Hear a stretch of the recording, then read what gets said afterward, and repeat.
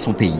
Déchoir de la nationalité française, les exilés fiscaux, proposition choc de Yann Gallu. Alors déjà, sur le mot minable, le mot employé par Jean-Marc Ayrault, un mot bien choisi, j'imagine, Sylvain Grandserre.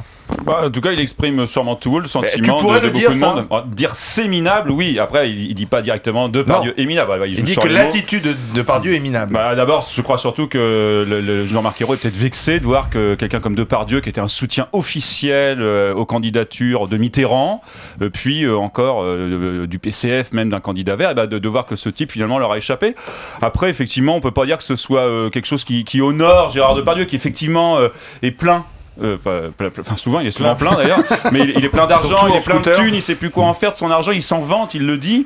Alors d'un côté il se répand en scooter aussi d'ailleurs, il se répand dans les médias en disant j'ai plein de trucs, je sais plus quoi en faire, et puis d'un autre côté il te dit je passe la frontière parce que je veux pas payer trop d'impôts. Moi je me souviens quand même d'un Gérard Depardieu décoré de la Légion d'honneur, donc ça l'a pas dérangé ça de recevoir les félicitations de la nation. Puis je me souviens surtout d'un Gérard Depardieu en 93 qui jouait dans Germinal, il jouait le rôle de Toussaint Maheu, ce brave père de famille, mineur, tu vois, qui vraiment représentait le prolétariat, le un rôle de composition. Ah bah là oui, même de décomposition vu l'état de l'acteur aujourd'hui. Alors voilà, écoute, tant mieux pour les vendeurs de frites et de bière, voilà, bienvenue en Belgique. Donc t'es en train de dire qu'il se casse quoi. Voilà, qui s'en aille. De toute façon, il est triste, il est devenu quelqu'un, c'est devenu une caricature sur pattes.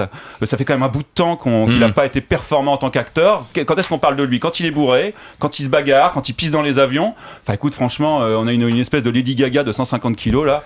Voilà, moi ça me dérange pas du tout qu'il s'aille parce que artistiquement. Une Lady Gaga de 150 kilos. Non, mais je veux dire, il y a plus grand monde. Je me demande même parfois, je vais même te dire pour finir, je me demande même parfois si c'est pas une certaine stratégie, tu vois, d'occupation de l'espace, d'être encore là. Enfin, c'était un si grand acteur, je suis d'autant plus dur parce que qui aime bien châtie bien. Ouais. Philippe Gabillet. Moi, je suis quand même étonné.